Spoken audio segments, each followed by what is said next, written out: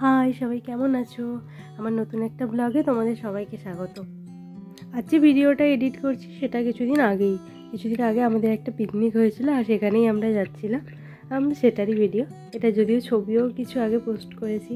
যাই হোক, ভিডিওটা করা ছিল আর সেটা পোস্ট করা হবে না, সেটা কি হয়।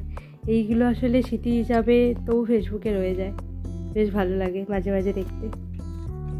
যাই হোক, বাড়ি থেকে এতটা দূরে থেকেও এত সব বন্ধুরা হয়ে গেলে আর এরকম মাঝে মাঝে পিকনিক হলে ব্যাপারটা বেশ ভালোই লাগে। সেখানে বাড়ি থেকে দূরে থাকার কষ্টটা অনেকটা হলেও কমে।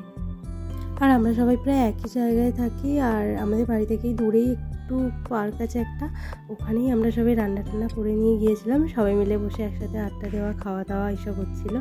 আর সেদিনের মেনুতে ছিল ওর ফ্রাইড রাইস আর চিকেন ছিল, আর স্টার্টারে ছিল chicken tandoori, fish fry, mushroom, আর ডেজার্টে ছিল দই, আইসক্রিম, কোল্ড ড্রিঙ্কস, ব্যাস এগুলোই ছিল।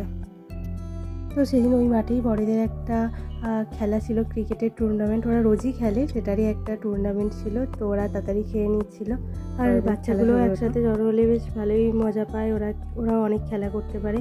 আর সেদিন ওয়েদার ভালো ছিল বলে চারিদিকে পার্কে একদম লোকে ভরে গিয়েছিল। তো যাই হোক, দিনটা বেশ আনন্দেই কেটেছিল।